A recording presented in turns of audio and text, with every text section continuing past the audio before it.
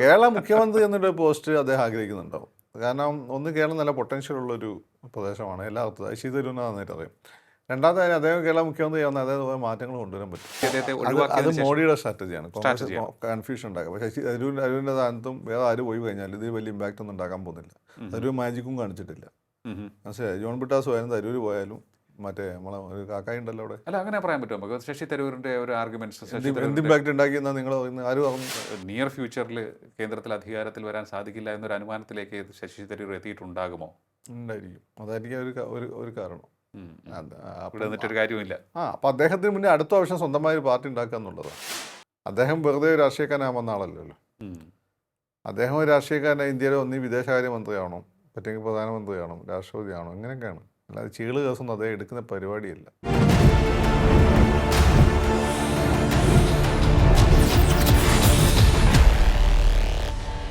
നമസ്കാരം, ടോക്കിംഗ് പോയിന്റിലേക്ക് സ്വാഗതം. ശശി തരൂർ ആഗോള പൗരൻ, പിന്നീട് രാഷ്ട്രീയ നേതാവ്, പാർലമെൻറ്റ് അംഗം, തുടർച്ചയായി 4 തിരഞ്ഞെടുപ്പുകളിൽ തിരുവനന്തപുരത്തെ പ്രതിനിധീകരിച്ച് പാർലമെൻറ്റിലെത്തി.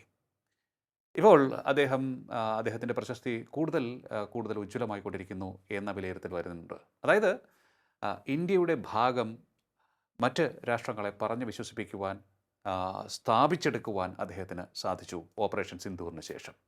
അങ്ങനെ മറ്റൊരു തലത്തിലേക്ക് ശശി തരൂർ ഉയരുകയാണ്. അതിനൊപ്പം അദ്ദേഹത്തിന് സ്വന്തം പാർട്ടിയുടെ നിലനിൽപ്പ് സംബന്ധിച്ചുള്ള കാര്യവും ചോദ്യചിഹ്നമായിക്കൊണ്ടിരിക്കുകയാണ്. കാരണം അദ്ദേഹം പാർട്ടിയുടെ കെട്ടുപാടുകൾ പൊട്ടിച്ചെറിഞ്ഞുകൊണ്ട് വേറിട്ട് നിൽക്കുന്നു, പാർട്ടിക്ക് അതീതനായി വളരുവാൻ ശ്രമിക്കുന്നു എന്ന വിമർശനം ശക്തമാണ്. പ്രധാനമന്ത്രി നരേന്ദ്രമോദിയെ പുകഴ്ത്തിക്കൊണ്ട് അദ്ദേഹം ഒന്നിനു പിറകെ ഒന്നായി പ്രസ്താവനകൾ നടത്തുമ്പോൾ അത് കോൺഗ്രസ്സിന് മങ്ങലേൽപ്പിക്കുക തന്നെ ചെയ്യും എന്ന വിലയിരുത്തൽ വരുന്നുണ്ട്. ഇത്തരത്തിൽ ഒരു നീക്കം ശശി തരൂർ നടത്താൻ പാടില്ല എന്നും പറയും. ഇതൊക്കെ നമ്മൾ അറിഞ്ഞ കാര്യമാണ്. പക്ഷേ ഇനി നമ്മൾ ചർച്ച ചെയ്യാൻ പോകുന്നത് ശശി തരൂർ പുതിയൊരു രാഷ്ട്രീയ പാർട്ടി രൂപീകരിക്കുവാനുള്ള ഒരുക്കത്തിലാണോ? പരിശോധിക്കാൻ നമുക്ക് എന്തുകൊണ്ടിങ്ങനെ പറഞ്ഞു, അതിനുള്ള സാധ്യതകൾ. അതിനായി നമ്മോടൊപ്പം ചേരുന്നു രാഷ്ട്രീയ നിരീക്ഷകൻ ശ്രീ ഫക്രുദ്ദീൻ അലി. നമസ്കാരം, ടോക്കിംഗ് പോയിന്റിലേക്ക് സ്വാഗതം. ശശി തരൂർ ഇപ്പോൾ കോൺഗ്രസിൽ നിന്നും മാറിപ്പോകില്ല, താൻ കോൺഗ്രസ്സുകാരനായി തുടരും, ഉറച്ചു നിൽക്കും പാർട്ടിയിൽ തന്നെ എന്ന് പറഞ്ഞിട്ടുണ്ട്. പക്ഷേ അദ്ദേഹം അതിനുശേഷവും പാർട്ടിക്ക് അത്ര അനുഗുണമല്ലാത്ത അഭിപ്രായങ്ങൾ തുറന്നു പറയുകയും ചെയ്തുകൊണ്ടിരിക്കുകയാണ്.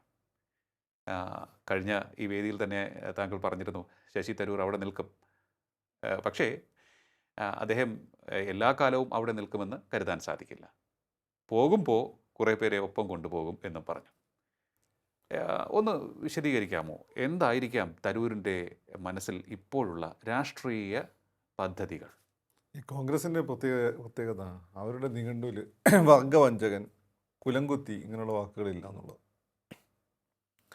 അവർ വളരെ സൂക്ഷിച്ച് മാത്രം നിഘണ്ടു മേടിക്കുന്ന ആളുകളാണ്. ചില വാക്കുകളൊന്നും അവരുടെ നിഘണ്ടു അവർ മേടിക്കില്ല. അതുകൊണ്ട് ശശി തരൂരിന് അവിടെ നിൽക്കാം. ഇങ്ങനെ കോൺഗ്രസ്സിൽ നിന്ന ആളുകൾ ഒരുപാടുണ്ട്. ഇങ്ങനെ കോൺഗ്രസ്സിൽ നിന്ന ആളുകളാണ് ബാലഗംഗാധര തിലക്, ഇവരൊക്കെ ഇടയ്ക്ക് കോൺഗ്രസ് തെറ്റിപ്പോയതാണ്. അതുപോലെ തന്നെ ജവഹർലാൽ നെഹ്റുവിൻ്റെ അച്ഛൻ മോത്തിലാൽ നെഹ്റു സ്വരാജ് പാർട്ടി ഉണ്ടാക്കിയിട്ട് ഇലക്ഷനൊക്കെ മത്സരിച്ചു. കോൺഗ്രസ് ഇലക്ഷൻ മത്സരിച്ചില്ലായിരുന്നു, തെറ്റിപ്പോവുകയും വ്യത്യസ്ത ലൈൻ എടുക്കുകയും എന്നാൽ കോൺഗ്രസിൻ്റെ ഭാഗമായി തന്നെ നിന്നു. മോത്തിലാൽ നെഹ്റുവിൻ്റെ കാര്യമാണെങ്കിൽ സ്വരാജ് പാർട്ടി ഉണ്ടാക്കി, പിന്നെ സിവിൽ ഡിസൊബീഡിയൻസ് മൂവ്മെൻറ്റ് ആ ഒരു കാലഘട്ടം ആകുമ്പോഴേക്ക് അദ്ദേഹം പിന്നെ കോൺഗ്രസ്സിലേക്ക് തന്നെ മീൻസ് വിട്ടുപോയില്ല. അപ്പോൾ കെ മുരളീധരൻ അത് ശക്തമായി കോൺഗ്രസ് വിട്ടുപോയി, ഡയലോഗ് നടത്തി അദ്ദേഹം കോൺഗ്രസ് തിരിച്ചു വന്നു. CPM അങ്ങനെ തിരിച്ചു വന്ന ആളാണ് നമ്മളെ ഇവിടെയുള്ള മുരളി ഉണ്ടല്ലോ, TP ചന്ദ്രശേഖരൻ്റെ കൂടെ പോയ ഷൊർണൂരെ മുരളീനെ പറ്റി കേൾക്കാനേ ഇല്ല, പൊടി പോലും ഇല്ല, കണ്ടുപിടിക്കുന്ന പണ്ട് പരസ്യവാചകം ഉണ്ടായിരുന്നു. അതുപോലെയാണ് കോൺഗ്രസ്സിന് അതൊക്കെ പോസിബിളാണ്. ശശി തരൂർ ഉയർത്തുന്ന പ്രശ്നം എന്ന് വെച്ചാൽ ഒരു കോൺഗ്രസിൻ്റെ അസ്തിത്വത്തെ ചോദ്യം ചെയ്യുന്നൊരു പ്രശ്നമാണ്. കോൺഗ്രസ് ബേസിക്കലി ഒരു സെക്യുലർ ഡെമോക്രാറ്റിക് പാർട്ടി എന്ന രീതിയിലാണ് അവർ സ്വയം പറയുന്നത്. എത്രത്തോളം സെക്യുലറാണ് പല സ്ഥലങ്ങളിലും എന്നുള്ള ചോദ്യമുണ്ട്. ഉത്തരേന്ത്യയിൽ അത്രമാത്രം സെക്യുലറായിരുന്ന ഉത്തരേന്ത്യയിലെ മുസ്ലിംസിന് ഇത്രമാത്രം ബുദ്ധിമുട്ടുകൾ ഉണ്ടാവില്ലായിരുന്നു. അതിൽ ക്രീമിനെ വളർത്തിക്കൊണ്ടൊന്ന് വോട്ട് ബാങ്കാക്കി നിർത്തി എന്നുള്ളത്. പിന്നെ എത്രമാത്രം ഡെമോക്രാറ്റിക് ആണ് എന്ന് ചോദിച്ചാൽ എല്ലാം നെഹ്റു കുടുംബത്തിൻ്റെ കയ്യിലാണ്. അതൊക്കെ ചോദ്യമാണ്. എങ്കിൽ പോലും അവരുടെ ഒരു ക്രെഡൻഷ്യൽ അങ്ങനെയാണ്. ഇൻ്റർനാഷണലി അതുകൊണ്ട് തന്നെയാണ് കോൺഗ്രസ് റെസ്പെക്റ്റ് ചെയ്യപ്പെടുന്നത്. എന്നാൽ ഇൻ്റർനാഷണൽ റെസ്പെക്ട് ചെയ്യാൻ വലിയ കാര്യമൊന്നുമില്ല കേട്ടോ. സാഹിബിന് നിങ്ങളെ കൊണ്ട് ഗുണമുണ്ടെങ്കിൽ നിങ്ങൾ റെസ്പെക്ട് ചെയ്യുക, അല്ലെങ്കിൽ റെസ്പെക്ട് ചെയ്യാതിരിക്കുക, അത്രയേ ഉള്ളൂ. അതിന് വലിയ കാര്യം തന്നെ ഞാൻ പറഞ്ഞത്. എന്നാൽ ശശി തരൂർ ഉന്നയിക്കുന്ന മോഡി അവരുടെ പ്രഖ്യാപിത ശത്രുവാണ്. മോഡീനെ അവർ കാണുന്നതെന്ന് വെച്ചാൽ മതവാദത്തിൻ്റെയും വർഗീയതയുടെയും ജനാധിപത്യ വിരുദ്ധതയുടെ ആൾരൂപമായിട്ടാണ്. അത് മോഡി എന്ത് ചെയ്താലും അവർ അംഗീകരിക്കുന്ന പരിപാടിയല്ല. അപ്പോൾ ആ മോഡിയെ പുകഴ്ത്താന്ന് പറഞ്ഞാൽ അവർക്ക് അംഗീകരിക്കാൻ പറ്റില്ല. ആണ് പ്രശ്നം. കോൺഗ്രസിൻ്റെ ഇപ്പോഴത്തെ വോട്ട് ബാങ്ക് അങ്ങനെ ആൻറ്റി മോഡി സത്ത് സെറ്റ് ചെയ്യപ്പെട്ടൊരു വോട്ട് ബാങ്കാണ്. അപ്പോൾ ആൻറ്റി മോഡി സത്ത് സെറ്റ് ചെയ്യപ്പെട്ട വോട്ട് ബാങ്ക് ഇന്ത്യയിൽ എത്ര ശുഷ്കാന്ന് അറിയണത് കോൺഗ്രസിനെ പോലത്തെ പെർഫോമൻസ് നോക്കിയാൽ മതി. അതാണ് ഞാൻ പറയുന്നത്. അതാണ് കാര്യം. അപ്പോൾ അത് പക്ഷേ അവരുടെ വോട്ട് ബാങ്ക് ഇപ്പോൾ ആ രീതിയിലാണ്. അപ്പോൾ കേരളത്തിൽ അവർ മോഡി അനുകൂല നിലപാടെടുത്താൽ അവർക്ക് വോട്ടിട്ടില്ല. അതാണ് പ്രശ്നം. പിന്നെ എല്ലാം കൊണ്ട് CPM എടുത്തുകൊണ്ട് പോകും. അതെ. അപ്പോൾ ഇത്തരത്തിൽ അവരുടെ ഒരു വോട്ട് ബാങ്ക് സെറ്റ് ചെയ്ത് അവർ മുന്നോട്ട് പോകുന്നു. പക്ഷെ മറുവശത്ത് കഴിഞ്ഞ ദിവസം നമ്മൾ പലപ്പോഴും സ്വകാര്യ സംഭാഷണത്തിൽ പറഞ്ഞൊരു കാര്യം, 75-ൽ മോദി റിട്ടയർ ചെയ്യുമോ, അപ്പോൾ കോൺഗ്രസ്സുകാർ പറയുന്നു അദ്ദേഹം റിട്ടയർ ചെയ്യട്ടെ. ഇങ്ങനെ ഒരു ഭയം കൂടിയുണ്ട് എനിക്ക് തോന്നുന്നു കോൺഗ്രസ്സിന്, മോദി എന്ന ഒരു ഫിഗറിനെ, ആ ലീഡറിനെ. മോദി എന്നുള്ള ഭയപ്പം തുടങ്ങിയൊന്നല്ല. അയാൾ ഗുജറാത്ത് മുഖ്യമന്ത്രി ചെയ്യുന്ന സമയത്ത്, അദ്ദേഹം ഗുജറാത്ത് മുഖ്യമന്ത്രി ചെയ്യുന്ന സമയത്ത് തുടങ്ങിയാണ്. രാഷ്ട്രീയക്കാരൻ എപ്പോഴും ഒരു രാഷ്ട്രീയക്കാരൻ്റെ പൊട്ടൻഷ്യൽ അറിയാം. അതുകൊണ്ടാണ് ആ രീതിയിൽ ഗുജറാത്ത് കലാപം കൊണ്ട് മാത്രമല്ല, അപ്പോൾ ആ സമയത്ത് BJPയുടെ പ്രധാനമന്ത്രി സ്ഥാനാർത്ഥിയാവുമെന്ന് കരുതപ്പെട്ടിരുന്ന അടുത്ത ജനറേഷനെ മഹാജൻ കൊല ചെയ്യപ്പെടുന്നു. പിന്നെ സുഷമാ സ്വരാജ് അഡ്വാനി സൈഡാക്കപ്പെടുന്നു. സ്വാഭാവികമായിട്ട് എമർജ് ചെയ്യാൻ സാധ്യതയുള്ള ആൾ മോഡി എന്നറിയാമായിരുന്നു. അതുകൊണ്ടാണ് മോഡീനെ ആ രീതിയിൽ ടാർഗറ്റ് ചെയ്തത്. ഗുജറാത്ത് കലാപം കൊണ്ട് മാത്രമല്ല, കലാപം ഒരു ഫാക്ടറായി എന്നുള്ള, കലാപത്തിലൊക്കെ ഇവർക്കൊക്കെ എത്രയാതെ കമ്മിറ്റ്മെൻറ്റ് ഉണ്ടെന്നൊക്കെ അറിയണമെങ്കിൽ അതുമായിട്ട് ബന്ധപ്പെട്ടിട്ട് നടന്ന അന്വേഷണങ്ങളൊക്കെ തന്നെ നോക്കിയാൽ മതി. കൂടുതലൊന്നും പറയേണ്ട ആവശ്യം. കോടതി തന്നെ നടത്തിയ അന്വേഷണങ്ങൾ പലതുമുണ്ട് ഇതിലെത്ര. അപ്പോൾ അത് പോട്ടെ. അത് മോദിയെ ഒതുക്കാൻ വേണ്ടി ഒരു ചെയ്ത കുറേയേറെ കാര്യങ്ങളും ആ ഒരു ഫാക്ടറായി. മോഡിയെ ഒതുക്കുകയും വേണം, എന്നാൽ ഈ പറയുന്ന പല ഗ്രൂപ്പുകളെയും സന്തോഷിപ്പിക്കുകയും വേണം. അങ്ങനെ കൺഫ്യൂഷൻ്റെ ഓർത്താൽ മതി. അതിപ്പോൾ നമ്മൾ അതിലേക്ക് പോകേണ്ടത് അത് സംഭവിച്ചു.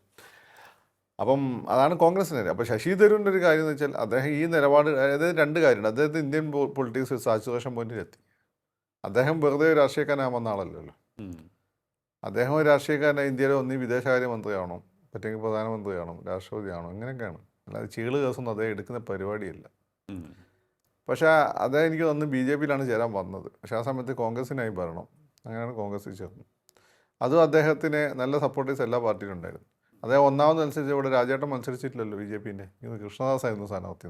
എന്താ അങ്ങനെ? രാജേട്ടനാണല്ലോ കോർപ്പറേഷൻ തൊട്ട് മത്സരിച്ചുകൊണ്ടിരുന്നത്. അപ്പോൾ അങ്ങനെ ഒരു സെറ്റ് ചെയ്താണ് അദ്ദേഹം വന്നത്. പക്ഷെ അദ്ദേഹത്തിൻ്റെ പൊളിറ്റിക്സ് ഇന്ത്യൻ സാഹചര്യങ്ങൾക്ക് അനുകൂലമായിരുന്നില്ല. ഇപ്പോൾ ഉണ്ണി മുകുന്ദൻ മലയാള സിനിമ നേരിടുന്ന പ്രശ്നം അദ്ദേഹം നേരിടുന്നത്. ഉണ്ണി മുകുന്ദന് മലയാളത്തിൻ്റെ രീതികൾ അറിയില്ല. ഇപ്പോഴത്തെ ഷോപ്പിംഗ് കളികളും അങ്ങനെയൊക്കെ നിൽക്കാൻ പറ്റും. നമ്മുടെ രീതി അങ്ങനെയാണ്. ഉണ്ണി മുകുന്ദൻ ഗുജറാത്തിലാണ് ജനിച്ചു വളർന്നത്, മലയാളിയാണെങ്കിൽ പോലും. അപ്പോൾ ഉണ്ണിയുടെ പല കളികളും ഇവിടെ പല ആളുകൾക്കും ആറ്റിറ്റ്യൂഡ് പിടിക്കില്ല. അതാണ് ഉണ്ണി നേരിടുന്ന വലിയ പ്രശ്നം. അതാണ് ഉണ്ണിയുടെ നാച്ചുറലും. അതുപോലെ തന്നെ ഒരു BJP ലൈൻ സ്വീകരിക്കുന്നത് കൊണ്ടായിരിക്കും. അതുകൊണ്ടാണ് ഇപ്പോൾ സുരേഷ് ഗോപി ഇല്ല. അത് പണ്ടൊക്കെ ഉണ്ടായിരുന്നു BJP. ഇവിടെ പലരും BJP ആയിരുന്നില്ലേ. ഇവിടെ തിരുവനന്തപുരം സിനിമ എന്ന് പറയുന്നത് BJP ലൈനിലുള്ള സിനിമകളല്ലേ. തിരുവനന്തപുരം ലോബി എന്ന് പറയുന്നത് പൊതുവെ BJP ആണ്. ഈ സെക്കൻഡ് സ്ട്രിങ്ങിൽ നിൽക്കുന്ന പലർക്കും പല രീതിയിലുള്ള എതിർപ്പുകൾ അപ്രതീക്ഷിതമായി പോലും നേരിടേണ്ടി വന്നിട്ടുണ്ട് പലപ്പോഴും. അല്ല, അത് അവരങ്ങനെ പേടിക്കുന്നതിൻ്റെ പ്രശ്നം. രാജസേനാണെങ്കിലും ഭീമൻ്റെ ആണെങ്കിലും ഇവരൊക്കെ ഈ രാഷ്ട്രീയത്തിലേക്ക് എടുത്ത് ചാടിയപ്പം അവർ ആ രീതിയിൽ വലിയ രീതിയിലുള്ള ആക്സെപ്റ്റൻസ് പ്രതീക്ഷിച്ചിട്ടുണ്ടാവും. ഇപ്പോൾ CPMൻ്റെ കൂടെ നിൽക്കുന്ന ആളുകൾക്ക് അങ്ങനെ ആക്സെപ്റ്റൻസ് കൊടുക്കും. BJP എന്ന് പറയുമ്പോൾ BJP ചേർന്നതിന് ശേഷം അവർക്ക് തോന്നുന്ന അവരുടെ സാധ്യതകൾ അങ്ങനെ എനിക്ക് തോന്നുന്നില്ല. അങ്ങനെയാണ് ഉണ്ണി മുകുന്ദൻ രണ്ടാമത് വന്നത്. മാർക്കോ എന്ന സിനിമ ഒരു മുസ്ലിമാണ് പ്രൊഡ്യൂസ് ചെയ്തത്, മുസ്ലിമാണ് ഡയറക്ടർ ചെയ്തത്. അപ്പോൾ അങ്ങനെ വരും. അപ്പോൾ പ്രിയൻ്റെ പടങ്ങൾ ആളുകൾ എടുത്തേക്ക് മാമുക്കോയ, സിദ്ദിഖ്, ഇങ്ങനെയുള്ള ആളുകളല്ലേ പ്രിയൻ്റെ സ്ഥിര ആളുകൾ. ഇവരൊന്നും അങ്ങനെയുള്ള ആളുകളല്ല. അപ്പോൾ ഈ ഉണ്ണി മുകുന്ദൻ്റെ ഒരു ലൈൻ, അല്ലെങ്കിൽ ആ ഒരു ഗുജറാത്ത് ലൈൻ, അല്ലെങ്കിൽ ഒരു ഉണ്ണി മുകുന്ദൻ്റെ ഒരു ക്യാരക്ടർ മലയാള സിനിമയുടെ രീതികളായിട്ട് ഒത്തുപോകാൻ തോന്നുന്നു എനിക്ക് പ്രശ്നം. പിന്നെ ഒതുക്കലൊക്കെ അല്ല, അമ്മുക്കാനെല്ലാ സാധനമൊക്കെ ഒതുക്കാൻ നോക്കിയത്. അതുപോലെ ഉണ്ണിനെ പക്ഷേ ഇത് മമ്മൂക്ക അങ്ങനെ മലയാള സിനിമ ഇഷ്ടപ്പെടാൻ എനിക്കിപ്പോഴും അത്ഭുതം. കാരണം മമ്മൂക്ക പണ്ടും ഞാൻ കേട്ടത് മമ്മൂക്ക മിമിക്രി ചെയ്ത് നടക്കുകയായിരുന്നു. ആ സമയം തൊട്ട് ഇന്നലെ മമ്മൂക്കാൻ്റെ ഭാഗത്തൊരു മാറ്റമില്ല. ഇത് തന്നെയാണ് അന്ന് മമ്മൂക്ക ഇന്ന് മമ്മൂക്ക. ആ മമ്മൂക്ക ഇങ്ങനെ മലയാള സിനിമയിൽ രക്ഷപ്പെട്ടു ഞാൻ എപ്പോഴും ആലോചിക്കാറുണ്ട്. കാരണം ഉണ്ണി മുകുന്ദൻ്റെ സ്വഭാവമല്ലേ. ഉണ്ണി മുകുന്ദനെ പോലെ ഈ രീതിയിൽ പോയി ആളുകൾ തല്ലൊന്നുമില്ല. പക്ഷേ മമ്മൂക്ക എപ്പോഴും മമ്മൂക്ക തന്നെയാണ് എന്ന് ഞാൻ കേട്ടിട്ടുണ്ട്, വായിച്ചു. നമുക്ക് അറിയില്ല, കേട്ടിട്ടുണ്ട്. അത് പക്ഷേ ഒരു പക്ഷേ അദ്ദേഹത്തിന് വിശാഖ നക്ഷത്രമാണ്. പ്രിയദർശന് വിശാഖം തോന്നുന്നു. ആ നക്ഷത്രത്തിൻ്റെ ഗുണമെന്ന് തോന്നുന്നു. പിന്നെ ബേസിക്കലി പാവാണ്, നമുക്ക് ബേസിക്കലി പാവം. അതുപോലെ തന്നെ ഉണ്ണിയും ബേസിക്കലി പാവാന്ന് ഞാൻ കേട്ടിട്ടുള്ളത്. അപ്പോൾ ഈ ഒരു പ്രശ്നമുണ്ട് ഉണ്ണിയുടെ എടുത്തിയാട്ടത്തിൻ്റെ പ്രശ്നമുണ്ടെന്ന് തോന്നുന്നു. നാളെ തന്നെ എന്നാലത്തെ ആ വിഷയം പിന്നെ നിവിൻ പോളിയാണെങ്കിൽ ഇങ്ങനെയല്ല കൈകാര്യം ചെയ്യുക. അവർക്ക് തല്ലിയില്ലേ, തല്ലുകൊള്ളേണ്ടെന്ന് വേറെ കാര്യമോ, അതൊരു വിഷയം. തല്ലിയോ ഇല്ലയോ എന്നുള്ളത് ഇപ്പോഴും തെളിഞ്ഞിട്ടില്ല. എന്താ വെച്ചാൽ എന്തായാലും ഒരു പ്രശ്നം നടന്നു അവിടെ. പ്രശ്നത്തെ ഉണ്ണിയെ കുറ്റം പറയാനും പറ്റില്ല കേട്ടിടത്തോളം. പക്ഷേ നിവിൻ പോളിയോ ടോവിനാണ് ഇങ്ങനെ ഹാൻഡിൽ ചെയ്യില്ല. അതാണ് അതിൻ്റെ അത് വിവാദമായി. അപ്പോൾ ആ ഒരു മെയ്വഴക്കം, ഈ പ്രശ്നം അല്ലെങ്കിൽ ഈ സിറ്റുവേഷൻസ് ഹാൻഡിൽ ചെയ്യാൻ, അല്ലെങ്കിൽ ഈ മലയാള സിനിമയിലെ സിറ്റുവേഷൻസ് ഹാൻഡിൽ ചെയ്യുക എന്നുള്ളതാണ് ഒരു വിഷയം. അതുപോലെ തന്നെ കേരളത്തിലെ അല്ലെങ്കിൽ നമ്മുടെ പൊളിറ്റിക്സിൻ്റെ ഒരു സിറ്റുവേഷൻ ഹാൻഡിൽ ചെയ്യുക എന്നുള്ളത് ശശി തരൂരിന് ഒരു പ്രോബ്ലം തന്നെയാണെന്ന് തോന്നുന്നു. അല്ല, അത് ശശി തരൂരിന് പ്രോബ്ലമാണ്. ഈ ഉണ്ണി മുകുന്ദൻ പ്രശ്നം ശശി തരൂരിനുണ്ട്. പക്ഷേ അദ്ദേഹം വലിയൊരു പരിധി വരെ അത് മറികടന്നാണ് ഉണ്ണി നിൽക്കുന്ന പോലെ തന്നെയാണ് അദ്ദേഹം ഇവിടെ സ്റ്റാറായി നിൽക്കുന്നത്. അപ്പം പിന്നെ ബി ജെ പിയുടെ സിനിമക്കാരെ കാര്യം എന്ന് വെച്ചാൽ CPM സപ്പോർട്ട് നൽകും. പക്ഷേ രാജസേനയൊക്കെ അന്നത്തെ BJP ലീഡർഷിപ്പിന് പേടിയായിരുന്നു തോന്നുന്നു. കാരണം രാജസേന എന്ന് വെച്ചാൽ നല്ല കുടുംബത്തിൽ അതായത് 30,000 വോട്ടും പിടിച്ചവിടെ. അപ്പോൾ രാജസേനയൊക്കെ വളർന്ന് വന്നു കഴിഞ്ഞാൽ ചിലപ്പോൾ ഇവർക്ക് ഭീഷണിയാവുമെന്ന് വിചാരിച്ച് ഇവർ ചിലപ്പോൾ ഒതുക്കിയിട്ടുണ്ടാവും. അതുണ്ടാവും. അതായിരിക്കും രാജസേനെ എഫക്റ്റ് ചെയ്തതെന്ന് എനിക്ക് തോന്നുന്നു. ഭീമൻ്റെ കാര്യത്തിൽ എന്താ എനിക്കറിയില്ല. ഭീമസേന അങ്ങനെ ഒരു ശത്രു, ഒരു ഭീഷണി നായി വരാൻ ശേഷിയുള്ള ആളല്ല. ഫിസിക്കലി ആയിരിക്കും, അല്ലതല്ല. പക്ഷെ രാജസേന അതിനുള്ള കെൽപ്പുണ്ടായിരുന്നു. അപ്പോൾ അതുകൊണ്ട് അദ്ദേഹത്തിൻ്റെ ഈ ചിലപ്പോൾ അവഗണിച്ചിട്ടുണ്ടാവും രാജസേനൻ്റെ കാര്യത്തിൽ. പക്ഷെ എല്ലാവരുടെ കാര്യത്തിലും അങ്ങനെ ഉണ്ട്. അപ്പോൾ സുരേഷ് ഗോപിനെ ആദ്യം അവർ ഒറ്റപ്പെടുത്തിയിരുന്നു. പക്ഷെ അങ്ങനെ പൂച്ചേനെ പോലെയാണ്, എങ്ങനെ ഇട്ടാലും അങ്ങനെ മമ്മൂക്കൊക്കെ ഏതാണ്ട് പൂച്ചേനെ പോലെയാണ്, ചാടി കയറി വന്നു. പിന്നീട് ഒതുക്കാൻ പറ്റാത്ത, അവഗണിക്കാൻ പറ്റാത്തൊരു തരത്തിലേക്ക് മൂപ്പര് വന്നു. പിന്നെ മാത്രമല്ല മൂപ്പര് മാറി കൊടുത്താന്ന് തോന്നുന്നു ആ സമയത്ത്. അങ്ങനെ സുരേഷ് ഗോപി ഇടയ്ക്കിടെ ബ്രേക്ക് എടുക്കുന്ന സ്വഭാവമുണ്ട്. അതെല്ലാം കൂടി, അല്ലാണ്ട് ഈ ഒതുക്കൽ എന്നുള്ള മാത്രം നിങ്ങൾ പത്രക്കാർ കൊടുക്കുള്ളൂ. അതിന് കാരണം എന്ന് വെച്ചാൽ അത് എളുപ്പത്തിൽ കറൻസി കിട്ടില്ല, സർക്കുലേറ്റ് ചെയ്യും. അതാണ് അതിൻ്റെ ഒരു കാര്യം. ഒതുക്കലിൻ്റെ കൂടെ ചിലപ്പോൾ ഉണ്ടാവാം, പക്ഷെ അതിലുപരിയായിട്ട് വേറെ ചില ഘടകങ്ങൾ കയറി വരുന്നതായിരിക്കും. അപ്പം ശശി തരൂരിൻ്റെ കാര്യം, മൂപ്പർ അങ്ങനെ വന്ന ഒരാളാണ്. അപ്പം അങ്ങനെ വന്ന് മൂപ്പര് കേന്ദ്രമന്ത്രി. അപ്പം മൂപ്പരുടെ ഇതേ പറഞ്ഞാൽ അത് കാറ്റഗറി ക്ലാസ് എന്നൊക്കെ പറഞ്ഞാൽ ഇവിടെയുള്ള ആളുകൾക്ക് പ്രശ്നമാണ്. അപ്പം പിന്നെ അത് എന്ത് ചെയ്തു എന്ന് വെച്ചാൽ അതങ്ങനെ തിരിച്ചടിയായി. പിന്നെ മൂപ്പര് ഇന്നിപ്പോൾ ആ രീതിയിൽ ബിസിനസ് കളിക്കുന്നതും പ്രശ്നമല്ല, അന്നത് വലിയ പ്രശ്നമായിരുന്നു. അങ്ങനെ നല്ല സംഭവം കൊണ്ടുവന്നു. പിന്നെ അങ്ങേര് പോയി കല്യാണം കഴിച്ചു, അവർ പിന്നെ മരിച്ച നിലയിൽ കാണപ്പെട്ടു. അതെല്ലാം കൂടി അദ്ദേഹത്തിന് ഭയങ്കര മോശം കാലമായിരുന്നു തോന്നുന്നു. അങ്ങനെയൊക്കെ കോൺഗ്രസ് ഭരണം പോയി. പിന്നെ എന്ത് ചെയ്യാനാ? അല്ലെങ്കിൽ അങ്ങേര് ഇപ്പോൾ എവിടെയെങ്കിലും വിദേശകാര്യ മന്ത്രി കയറ്റിയിരിക്കുകയായിരുന്നു. നർവസ് സിംഗ് ഇരുന്നാലും, പിന്നെ ശശി തരൂർ ഇരുന്നാലും അങ്ങനെ. അപ്പോൾ ഇങ്ങനെ MP ആയിരിക്കുക എന്നുള്ളതൊന്നും ശശി തരൂരിനെ പോലുള്ള ആൾക്ക് ആവശ്യമില്ല. മൂപ്പർക്ക് ബോറടിക്കും. അതെ, അദ്ദേഹത്തിൻ്റെതായിട്ടുള്ള കുറേയേറെ മേഖലകൾ, അദ്ദേഹത്തിന് സ്ട്രോങ് ആയി പെർഫോം ചെയ്യാൻ പറ്റുന്ന മേഖലകളിലേക്ക് അദ്ദേഹത്തെ പ്ലേസ് ചെയ്യണം. അതെ, അതാണ് വേണ്ടത്. അല്ല, കോൺഗ്രസ് എവിടെ കൊടുക്കാൻ ഇനി? കോൺഗ്രസിന് ഇതിലൊന്നും ഇല്ലല്ലോ. അതെ, അവിടെയാണ് പ്രശ്നം. അവിടെയാണ് രണ്ട് പ്രശ്നം വരുന്നത്. ഒന്ന് ഒരു പൊളിറ്റിക്കൽ ഇൻറ്റഗ്രിറ്റി, രണ്ട് നമ്മളെ സ്വപ്നങ്ങളും. അപ്പോൾ കോൺഗ്രസിൻ്റെ ആളായിട്ട് അതിൻ്റെ വർക്കിംഗ് കമ്മിറ്റി മെമ്പർ ആയിരിക്കുമ്പോൾ ആ ചടക്കം പാലിക്കണം. അതൊരു എത്തിക്സിൻ്റെ ഇൻറ്റഗ്രിറ്റിയുടെ ഭാഗമാണ്. രണ്ട് നമ്മുടെ സ്വപ്നങ്ങളുണ്ട്. ഇപ്പോൾ അദ്ദേഹത്തിൻ്റെ സ്വപ്നമാണ് ഫോളോ ചെയ്യുന്നത് എനിക്ക് തോന്നുന്നു. സ്വപ്നം ഫോളോ ചെയ്യുമ്പോൾ സ്വാഭാവികമായിട്ട് അദ്ദേഹത്തിന് കൊടുക്കാൻ പറ്റുന്ന, BJP കൊടുക്കാൻ പറ്റുന്ന ഏറ്റവും വലിയ പോസ്റ്റ് പറ്റുമെങ്കിൽ UN സെക്രട്ടറി ജനറലായി കൊടുക്കുക. അന്ന് അമേരിക്ക എതിർത്തുകൊണ്ടാണ് പറ്റാതെ ഇരുന്നത്. ഇന്ന് ചിലപ്പോൾ ഇന്ത്യനൊന്ന് സോപ്പടിക്കാനും ആദ്യമായിട്ട് ഹിന്ദുവിനാക്കി കൊടുക്കാൻ, ഹിന്ദു വോട്ട് ബാങ്ക് ഇപ്പോൾ ശക്തിപ്പെട്ടുകൊണ്ടിരിക്കുക പല രാജ്യങ്ങളിലും. അവിടെ കുറച്ച് ആൾ മതി, കുറച്ച് പോപ്പുലേഷൻ അത്രയല്ലേ ഉള്ളൂ. 40 ഹിന്ദു ഉണ്ടെങ്കിൽ അത് കൺസോൾട്ടേറ്റ് ചെയ്ത് വോട്ട് ചെയ്ത് കഴിഞ്ഞാൽ അവിടെ ചിലപ്പോൾ ഒരു മണ്ഡലത്തിൽ ജയിക്കും. അങ്ങനെയുണ്ട്. അങ്ങനെ സിഖുകാർ കാനഡയിൽ കളിക്കുന്ന കളി അതാണ്, പാകിസ്ഥാനികൾ ഇവിടെ കളിക്കുന്ന കളി അതാണ്, ഇംഗ്ലണ്ടിൽ കളിക്കുന്ന കളി അതാണ്. അവരെ സായിപ്പ് വോട്ട് ചെയ്യാൻ പോയില്ല, അവർ പോയി കൺസോൾട്ടേറ്റ് ചെയ്യും. അതാണ് സംഭവം. അപ്പോൾ അങ്ങനെ പിന്നെ ഉള്ള സാഹചര്യം ചിലപ്പോൾ അദ്ദേഹത്തിന് അത് കൊടുക്കാൻ പറ്റും. ഓക്കെ, എനിക്കൊന്നു ഈ ഇനിയിപ്പോൾ കോൺഗ്രസിന് സമീപകാലത്ത് നിയർ ഫ്യൂച്ചറിൽ കേന്ദ്രത്തിൽ അധികാരത്തിൽ വരാൻ സാധിക്കില്ല എന്നൊരു അനുമാനത്തിലേക്ക് ശശി തരൂർ എത്തിയിട്ടുണ്ടാകുമോ?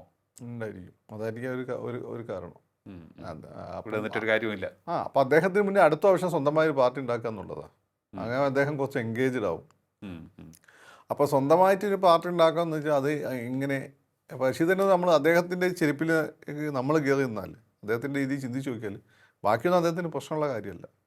കേരളത്തിൽ നിന്ന് മുഖ്യമന്ത്രി സ്ഥാനം വെച്ചൊന്നും അദ്ദേഹത്തിന് വേണ്ട. എന്തിനു വെറുതെ ഇവിടെ നിന്ന് ഊട്ടനെ അടിക്കൊണ്ടിരിക്കുന്നു? അദ്ദേഹം പറഞ്ഞു, എക്സിൽ പോസ്റ്റ് ചെയ്തിരുന്നു, സർവേയിൽ താനാണ് മുന്നിൽ. കേരള മുഖ്യമന്ത്രി എന്നൊരു പോസ്റ്റ് അദ്ദേഹം ആഗ്രഹിക്കുന്നുണ്ടാവും. കാരണം ഒന്ന്, കേരളം നല്ല പൊട്ടൻഷ്യൽ ഉള്ളൊരു പ്രദേശമാണ് എല്ലാവർക്കും. ശശി തരൂരിനെ നന്നായിട്ട് അറിയാം.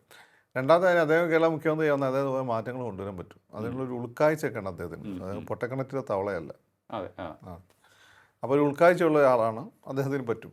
കോൺഗ്രസ് ഒറ്റ കൈമേഴി പറഞ്ഞ അദ്ദേഹത്തിൻ്റെ പിന്നിൽ നിന്ന് കോൺഗ്രസ് അധികാരത്തിൽ തിരിച്ചു വരും. കാരണം ശശി തരൂരിന് കോൺഗ്രസിന് കിട്ടാത്ത 5-10% വോട്ടുകൾ വരെ കൺസോളിഡേറ്റ് ചെയ്യാൻ പറ്റും. പെണ്ണുങ്ങളെ വോട്ട്, യുവാക്കളുടെ വോട്ട്, ടെക്കികളെ വോട്ട്. ഈ സുരേഷ് ഗോപി തൃശ്ശൂർ ജയിച്ച പോലെ, രാജീവ് ചന്ദ്രശേഖർ ഇപ്പോൾ ശ്രമിക്കുന്ന ഒരു ഇമ്പാക്റ്റ് പോലെ ശശി തരൂരിന് ഉണ്ടാക്കാൻ പറ്റും. പക്ഷേ കോൺഗ്രസ് അത് ചെയ്യില്ല. അതാണ് കോൺഗ്രസ്. കാരണം വേറെ എത്രയോ പേര് കുപ്പായം അവിടെ തച്ചിരിക്കുകയാണ്. പ്രശ്നം. പക്ഷേ നിങ്ങൾ ജയിക്കുകയാണ്, ഭരണത്തിൽ വരികയാണെന്നുള്ള പ്രധാനം. പിന്നെ രണ്ട്, ആ പൊസിഷനിൽ പതുക്കെ ഇപ്പോൾ സതീശൻ കയറി വരുന്നുണ്ട്. സതീശൻ മാത്രമല്ല, ഇദ്ദേഹത്തെ പോലെ നൈവ് അല്ല. വേണമെങ്കിൽ അടിക്കാം, തിരിച്ചടിക്കാം, പിള്ളേർ പോയി അടിക്കട്ടെ എന്നൊക്കെ വിചാരിക്കുന്ന ആളാണെന്ന് എനിക്ക് അതിന് ബോഡി ലാംഗ്വേജ് നോക്കി പോകണ്ട. നേരിട്ട് പറയില്ലെങ്കിൽ പോലും ജനാധിപത്യത്തെ നിങ്ങൾ ജനാധിപത്യത്തെ പറ്റി പറഞ്ഞുകൊണ്ടിരിക്കണം. പക്ഷേ സ്വന്തം കാര്യം വരുമ്പം കയ്യൂക്കും മറ്റ് പവറുകളൊക്കെ തന്നെ അത് വരും. അതാണ് ഫൈനലി അതാണ് കളിക്കുക. എനിക്ക് തോന്നുന്നു ആ ഒരു നമ്മുടെ പൊളിറ്റിക്കൽ ഹിസ്റ്ററി നോക്കുമ്പോൾ ഈ മറ്റേ ജനങ്ങളുടെ പിന്തുണയ്ക്കൊപ്പം തന്നെ നമുക്ക് മസിൽ പവർ ആർജിക്കണം, വേണം, മണി പവർ ആർജിക്കണം, ഇത് പ്രയോഗിക്കുകയും വേണം.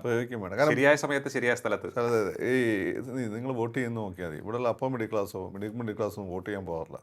ലോവർ മിഡിൽ ക്ലാസ്സും ഈ പിന്നെ കോളനി താമസിച്ച പാവങ്ങളൊക്കെ വോട്ട് ചെയ്യാൻ പോകുക. അവരാണ് കോർപ്പറേഷൻ ഒക്കെ ഈ കോളനിക്കാരാണ് തീരുമാനിക്കണം. അവിടെ ഒരു അത്യാവശ്യം ഗുണ്ടയും ബസ്സിലും ഒക്കെ വന്നു കഴിഞ്ഞാൽ, പ്ലസ് പോലീസിൻ്റെ സപ്പോർട്ടും കൂടി വന്നു കഴിഞ്ഞാൽ, അതിൽ ആർക്കാണോ മേൽക്കൈ അവരാണ് ജയിക്കുക. കോൺഗ്രസിന് പറ്റുന്ന പ്രശ്നം CPM-ൻ്റെ അഡ്വാൻറ്റേജ് അതാണ്. ഇപ്പം മസിൽ പവർ കാണിച്ച് പിന്നെ കാണിക്കാതാണോ ഈ ബസ്സൊക്കെ പിടിച്ചേക്കുന്നത്? ചോദ്യം ചോദിക്കേണ്ട ആവശ്യമില്ല. അല്ല, അവരൊരിക്കലും സമ്മതിക്കാത്ത കാര്യമാണ്. അവർ സമ്മതിക്കാതിൻ്റെ യാഥാർത്ഥ്യമല്ലാതെ ഇപ്പം പകലാന്ന് പറഞ്ഞാൽ പകലല്ലേ? സത്യമാണ്. CPM-ന് ഇപ്പോഴാണൊന്ന് മയപ്പെട്ട് വന്നത്. ഈ അടിമുടി നിന്നത് താത്വികമായിട്ട് എപ്പോഴും കാര്യം പറയും. പിന്നെ സംഘടന സംവിധാനത്തിൽ അവർ ഉറപ്പിച്ചത് മസിൽ പവറിന് വലിയ പങ്കാണ്. പ്ലസ് അധികാരത്തിൽ വരുമ്പോൾ പാവങ്ങൾക്ക് വേണ്ടി എന്തെങ്കിലുമൊക്കെ ചെയ്യും. അതാണൊരു ഘടകം. പക്ഷേ ഇത്രയും രീതി മറ്റ് സംഘടനകൾ മറ്റു പാർട്ടികളെ തകർക്കാൻ CPM, കോൺഗ്രസിന് അതിന് പോഷക സംഘടന തകർക്കാൻ പറ്റും മസിൽ പവർ തന്നെയാണ്. ഓക്കെ. എനിക്ക് എൻ്റെ നാട്ടിൽ അംഗനവാടി ജീവനക്കാർ ആയമാരെയൊക്കെ സംഘടിപ്പിക്കാൻ വേണ്ടി ഒരു INTUC-കാരൻ വന്നിട്ട് അയാൾ തിരിച്ചു പോകുമ്പോൾ അയാൾ പിടിച്ച് ഭീഷണിപ്പെടുത്തിയെന്നാണ് കിട്ടി. അടുത്ത വന്നാൽ തട്ടിക്കളയും. വേണമെങ്കിൽ മലബാറിലെ സുഭാഷിച്ച് തല്ലു കൊടുക്കുകയും ചെയ്യും, വേണം തട്ടിക്കളയും ചെയ്യും. അങ്ങനത്തെ ഒരു രീതിയാണ് വളരെ വളരെ പ്രധാനമാണ്. അതെ. അപ്പോൾ ശശി തരൂരിന് അത് എത്രത്തോളം പറ്റുമെന്ന് എനിക്ക് അറിയില്ല. പിന്നെ ഈ കാലഘട്ടം മാറിയിട്ടുണ്ട്. അതിനോട് വലിയ താല്പര്യമില്ലാത്ത പുതിയ ജനറേഷൻ വന്നിട്ടുണ്ട്. അവരെ ശശി തരൂരിന് സ്വാധീനിക്കാൻ പറ്റും. അതായത് കാര്യങ്ങൾ നടക്കണം, അതിന് വേണ്ടിയിട്ടുള്ള ഏറ്റവും മികച്ച രീതി, ഡെവലപ്മെൻറ്റ്സ് വേണം. ആ ഒരു രീതിയിലുള്ള പൊളിറ്റിക്സാണ് ഇപ്പോൾ പിള്ളേർക്കും സ്ത്രീകൾക്കും ഒക്കെ ഇഷ്ടം. വൺസ് ഇപ്പം ഈ മുഷ്കിൻ്റെ രാഷ്ട്രീയത്തിന് അടി കിട്ടിക്കഴിഞ്ഞാൽ പിന്നെ എണീക്കില്ല. അതുകൊണ്ടാണ് ഈ ഇടതുപക്ഷം എവിടെയൊക്കെ പോയാൽ തിരിച്ചു വരാത്തത് കൊണ്ടാണ്. വൺസ് ഒരു അടി കിട്ടിയാൽ പിന്നെ ജനങ്ങൾ സമ്മതിക്കില്ല. അതെ അതെ. ആ ഒരു ഗുണ്ടല്ലോ, ഒരു ഗുണ്ട അപ്പം അടി കൊണ്ട് വീണ് കഴിഞ്ഞാൽ പിന്നെ അവിടെ പിന്നെ മറ്റേതുണ്ട് കിരിക്കണഞ്ചത്തേന്നോ അതേ പേടിച്ച് കൊണ്ടാതിരിക്കും. എല്ലാവരും മനസ്സിലാക്കുന്ന നല്ലതാണ്. അത് എനിക്ക് മനസ്സിലാക്കിയെന്ന് തോന്നുന്നു. ഇപ്പം ആ രീതിയിൽ വലിയ രീതിയിൽ കാണുന്നില്ല. അതെ. ഇപ്പോൾ എനിക്ക് തോന്നുന്നു കോൺഗ്രസിൻ്റെ അഖിലേന്ത്യാ പ്രസിഡന്റ് ആവാനുള്ള ശ്രമം നടത്തി തരൂർ. പക്ഷേ അതിന് എനിക്കൊന്ന് ബോധപൂർവം തന്നെയുള്ളൊരു തടയിട്ടു. ഒരു നല്ലൊരു വിഭാഗം യുവജനങ്ങളുടെ പിന്തുണ അദ്ദേഹത്തിനുണ്ടായിരുന്നു. യുവജനങ്ങളെ ഉണ്ടായിരുന്നുള്ളൂ, അതാ പ്രശ്നം. അതാണ്.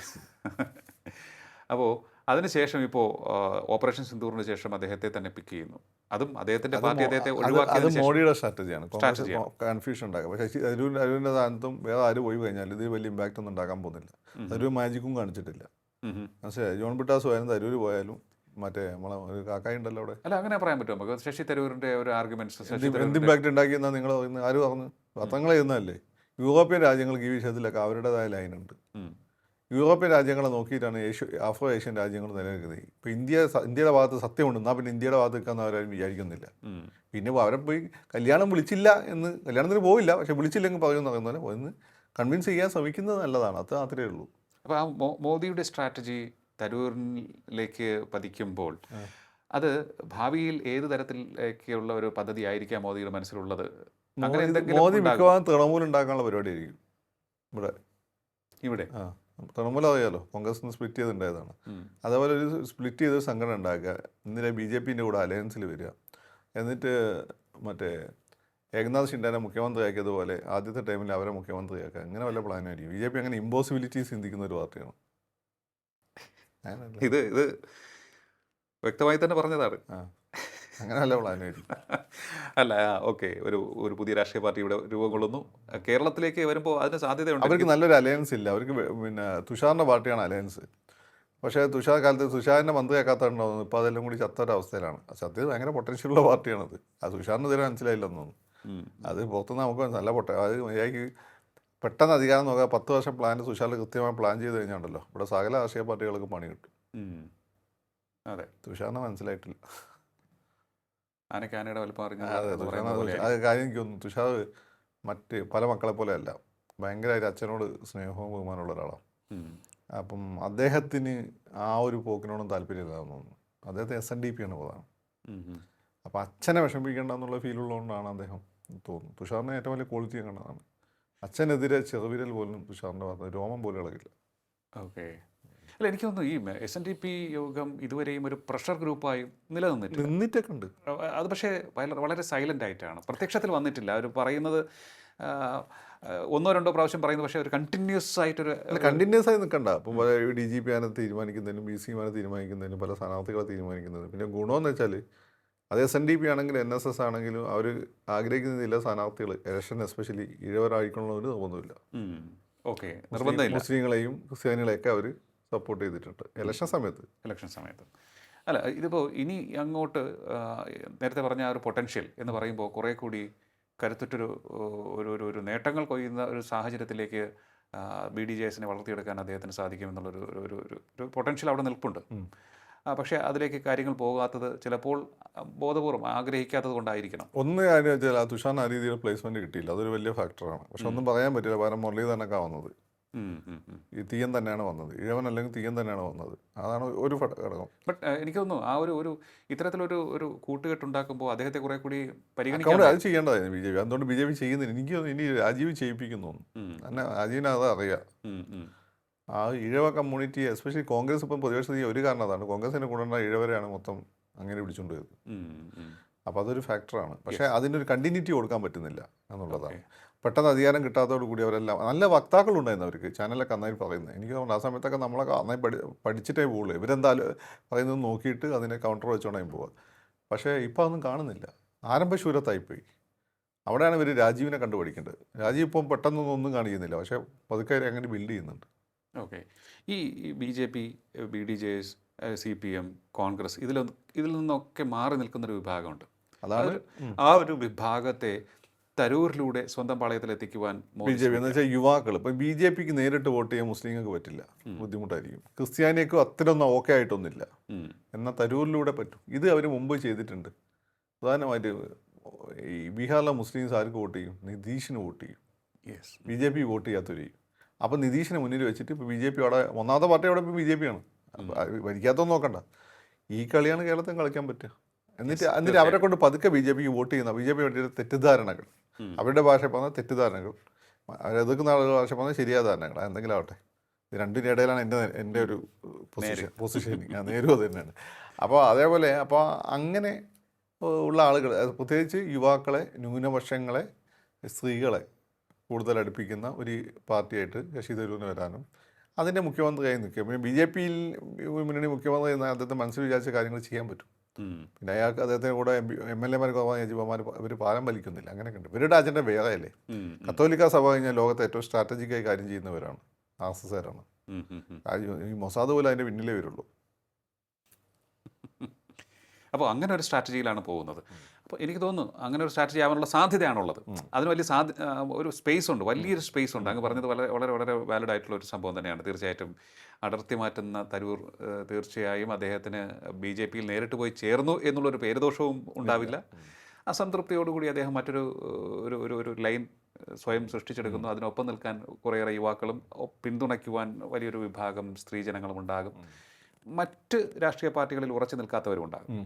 അപ്പോൾ ഈ മറ്റു രാഷ്ട്രീയ പാർട്ടി ഇപ്പോൾ എന്ന് വെച്ചാൽ കേരളത്തിൽ ഹാർഡ് കോർ കേഡേഴ്സിന് ഒഴിച്ച് വരാതെ അങ്ങനെ നമ്മൾ ആ രാഷ്ട്രീയ പാർട്ടിയിലേ നിൽക്കുള്ളൂ എന്നുള്ള ഫീലൊന്നുമില്ല. ഓക്കെ. പാഞ്ചാലിനെ പോലെയാണ്. സാഹചര്യങ്ങൾ കൊണ്ട് ഒന്നിൽ കൂടുതൽ ഭർത്താക്കന്മാരാവും. അപ്പോൾ അങ്ങനെ ഒരു സാഹചര്യത്തിലേക്ക് പൊളിറ്റിക്കൽ സിറ്റുവേഷൻ മാറിയിട്ടുണ്ട്, സാഹചര്യം മാറിയിട്ടുണ്ട്. ജനങ്ങളുടെ ആ ഒരു ചോയ്സാണ്. ഇപ്പോൾ നമുക്ക് പണ്ട് അംബാസിഡറും ഫിയറ്റും മാത്രം ഉണ്ടായിരുന്ന സ്ഥലത്ത് ഇപ്പോൾ ഒരുപാട് ചോയ്സ് ഉണ്ട്. അതുപോലെ പൊളിറ്റിക്കൽ ചോയ്സ് മാറ്റം പൊതുവെ പോക്ക് ശരിയല്ല എന്നുള്ള ഫീൽ പൊതുവെ കേരളത്തിൽ ഉണ്ട്. പക്ഷേ ഓൾട്ടർനേറ്റീവ് ഇല്ല, അതാണ് പ്രശ്നം. അതാണ് ഓൾട്ടർനേറ്റീവ് വന്നു കഴിഞ്ഞാൽ അവിടെയാണ് സതീശൻ ഇപ്പം പതുക്കെ. സതീശൻ ഇതുവരെയുള്ള കോൺഗ്രസ്സുകാരെ പോലെ എല്ലാം ഫീൽ കൊടുക്കാൻ സതീശന് പറ്റുന്നുണ്ട്. പക്ഷേ കോൺഗ്രസ് ആണ് പാർട്ടി, അവസാനം ഹൈക്കമാൻഡാണ് തീരുമാനിക്കുക. അവിടെയാണ് എൻ്റെ ഒരു പ്രോബ്ലം കിടക്കുന്നത്. പിന്നുള്ളത് എന്താണ്, BJP ഇപ്പം രാജീവ് വന്നതിന് ശേഷമാണ് BJP പറ്റി കുറച്ചൊരു മതിപ്പ് വന്നു തുടങ്ങിയത്. ബാക്കി എന്നാട്ട് വിചാരിച്ചത്. തുഷാറിൻ്റെ പാർട്ടി വന്ന സമയത്ത് വലിയ ഹൈപ്പ് ഉണ്ടായിരുന്നു. പക്ഷേ ഈ പറഞ്ഞ പോലെ തുഷാറിൻ്റെ പാർട്ടി അമേരിക്കൻ കാർ പോലെ, അമേരിക്കൻ കാറുകൾ പെട്ടെന്ന് മാർക്കറ്റിൽ വന്ന് പെട്ടെന്ന് ലാഭം കിട്ടിയില്ല. ഫോർഡ് നന്നായി പോകുമ്പോൾ അവർ നിർത്തിപ്പോയി, അങ്ങനെ ഉദ്ദേശ ലാഭം കിട്ടാത്തതുകൊണ്ട്. തുഷാറിൻ്റെ കാര്യം അങ്ങനെ തന്നെയാണെന്ന് എനിക്ക് തോന്നുന്നത്. കാരണം എന്ന് വെച്ചാൽ ആ ഹുണ്ടായിനെ കണ്ടുപിടിക്കണം, പതുക്കെ വന്ന് മാർക്കറ്റ് പിടിച്ച്. ഇപ്പം രണ്ടാമത്തെ കമ്പനി മൂന്നാമത്തെ കമ്പനിയായിട്ടല്ലേ കയറി വരുന്നുണ്ട്. അതേപോലെ പറ്റുള്ളൂ രാഷ്ട്രീയത്തിൽ. അതെ, തീർച്ചയായിട്ടും. അപ്പോൾ എന്തായാലും ഇനി താങ്കളുടെ അഭിപ്രായത്തിൽ ഈ വരുന്ന എത്ര വർഷമായിരിക്കും ഈ ഒരു ചേഞ്ച്, ഇതൊരു കലക്ക വെള്ളമായി മാറാൻ പോവുകയാണ്? കേരള രാഷ്ട്രീയം മാറിക്കഴിഞ്ഞു, അത് കൂടുതൽ കലക്ക വെള്ളമായി മാറും. പിന്നെ ഇത് തെളിയുമ്പോഴായിരിക്കും ഇനി പറഞ്ഞ ഈ ഒരു അലയൻസസ് ഒക്കെ അല്ലേ. ഇപ്പോൾ 10 വർഷത്തിനാണ് ശശി തരൂർ അടുത്ത പഞ്ചായത്ത് ഇലക്ഷന് ശേഷം ആയിരിക്കും ശശി തരൂരിൻ്റെ നിലപാട് വ്യക്തമാവും. UDF അടി കിട്ടിക്കഴിഞ്ഞാൽ ശശി തരൂർ ശക്തനായി രംഗത്ത് വരും. അപ്പോൾ UDF ഒരു വിഭാഗം അദ്ദേഹത്തെ സൈലൻ്റായി സപ്പോർട്ട് ചെയ്യുകയും ചെയ്യും. ശശി തരൂർ വന്നു കഴിഞ്ഞാൽ അദ്ദേഹത്തിനോട് UDF മാത്രമല്ല, LDFിൻ്റെയും ഈ അസംതൃപ്തരായ ആളുകളും യുവാക്കളും ഒരുപക്ഷെ അദ്ദേഹത്തിന് സപ്പോർട്ട് ചെയ്തു വരും. അദ്ദേഹം പക്ഷേ ഗ്രൗണ്ട് പഠിച്ചുകൊണ്ടിരിക്കുകയാണ്. തീർച്ചയായിട്ടും. എനിക്ക് തോന്നുന്നു നേരത്തെ ഉണ്ടായിരുന്ന ഒരു ക്രീമി ലെയർ മാത്രം പോരാ, കുറെ കൂടി താഴെത്തട്ടിലേക്ക് പോകണമെന്ന് അദ്ദേഹം മനസ്സിലാക്കിയിട്ടുണ്ടെന്ന് തോന്നുന്നു. താഴെത്തട്ടിലേക്ക് പോകാനുള്ള വഴി സ്ത്രീകളാണ്. കുഞ്ഞാലിക്കുട്ടി കുഞ്ഞാപ്പ ഇലക്ഷൻ തോറ്റ് സ്ത്രീകളെതിരായപ്പാണ്. സ്ത്രീകൾ സൈലന്റ് സ്പെക്ടേറ്റേഴ്സാണ്.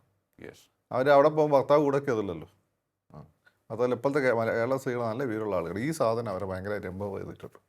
നിങ്ങൾ വിചാരിക്കും അവർ ഈ കുടുംബ ഗ്രൂപ്പ് ഹായ് സോണ നീ വന്നോ എന്നൊക്കെ ചോദിക്കുക. അത് മാത്രമൊന്നല്ല, അവർ സംശയം വന്ന് അടിച്ചു നോക്കുന്നുണ്ട്.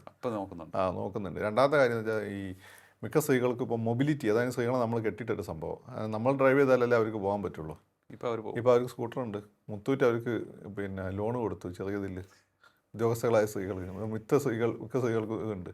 നമ്മളെ ആവശ്യമൊന്നും അവർക്കില്ല. അല്ല, ഇപ്പോൾ ഒരുപാട് അത്തരത്തിലുള്ള സാധ്യതകൾ സ്ത്രീകൾക്ക് മുന്നിൽ വരുന്നുണ്ട്. അവരുടെ അഭിപ്രായം നമ്മളെ അഭിപ്രായമല്ല, അവരുടെ പെർസ്പെക്റ്റീവ്. അപ്പോൾ ഇപ്പോഴത്തെ നമ്മളെ പൊളിറ്റിക്സ് ആണുങ്ങളൊരു മുഷ്കിൻ്റെ പൊളിറ്റിക്സാണ്. സ്ത്രീകൾ അത് ഇഷ്ടപ്പെടുന്നില്ല. എക്സാക്ട്ലി, അതാണ്. എനിക്ക് തോന്നുന്നു ഈ കേന്ദ്രത്തിൻ്റെ അതൊരു വലിയ മൂവ്മെൻറ്റ് കൂടിയാണ് തോന്നുന്നു കേന്ദ്രം നടത്തിയത്. കേന്ദ്രം ഒരുപാട് ഈ വായ്പകൾ കൊടുത്ത് സ്ത്രീകളെയും താഴെത്തട്ടിൽ നിൽക്കുന്നവരെയും ശക്തിപ്പെടുത്തുന്നു.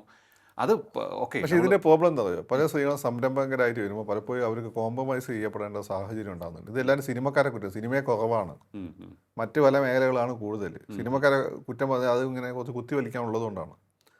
അത് മാറണം. അത് സ്ത്രീകളെ പൊതു ആവശ്യമാണ്. അതിന് നിലവിലുള്ള സിസ്റ്റം പോരാ. അത്തരം കാര്യങ്ങൾക്കെതിരെ, അത്തരം സാഹചര്യത്തിനെതിരെ ശക്തമായ നിലപാടെടുക്കാൻ ശേഷിയുള്ള രാഷ്ട്രീയ പാർട്ടികളും നേതാക്കന്മാരും വരണം.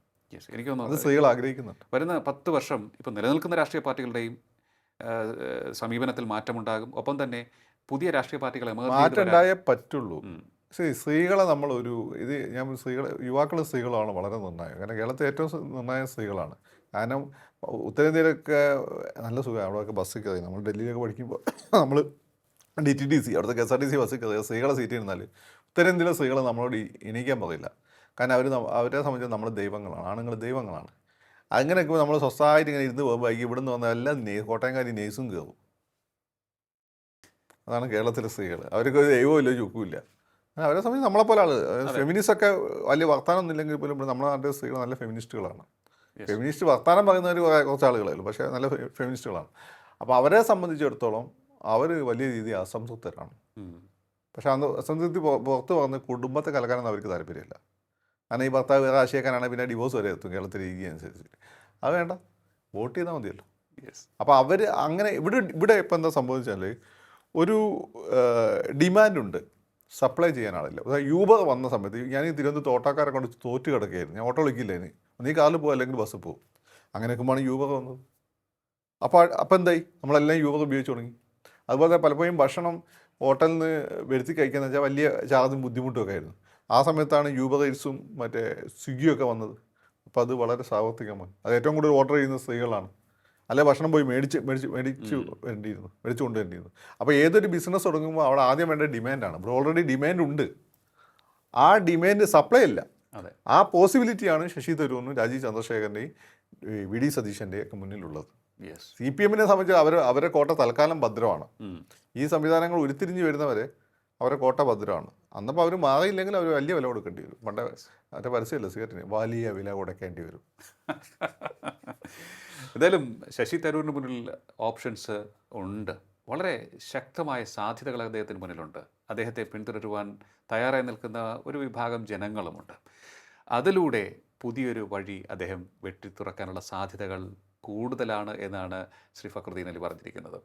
ആ വഴി പോകുന്നത് നേരെ NDA സഖ്യത്തിന് പിന്തുണ കൊടുക്കുന്ന തരത്തിലേക്കായിരിക്കും. ആ ഒരു രീതി വരുമ്പോൾ അതൊരു പുതിയ പൊളിറ്റിക്കൽ സാധ്യത കൂടിയാണ് അവിടെ തുറന്നിടുന്നത്. അതുപോലെ തന്നെ മറ്റ് രാഷ്ട്രീയ പാർട്ടികളും ഈ വരുന്ന നാളുകളിൽ അവരുടെ പ്രവർത്തന രീതിയും ശൈലിയും ഒക്കെ മാറ്റിയേ തീരൂ എന്നുള്ളൊരു സാഹചര്യവും വരികയാണ്. കാത്തിരിക്കാൻ നമുക്ക് വലിയ മാറ്റങ്ങൾ കാണാനും ഉൾക്കൊള്ളാനും. വളരെയധികം നന്ദി ഇത്രയും സമയം ടോക്കിംഗ് പോയിന്റുമായി പ്രതികരിച്ചത്. ടോക്കിംഗ് പോയിന്റ് അധ്യായം ഇവിടെ പൂർണ്ണമാകുന്നു. ഇനി അടുത്ത എപ്പിസോഡിൽ കാണാം നമുക്ക്. നമസ്കാരം.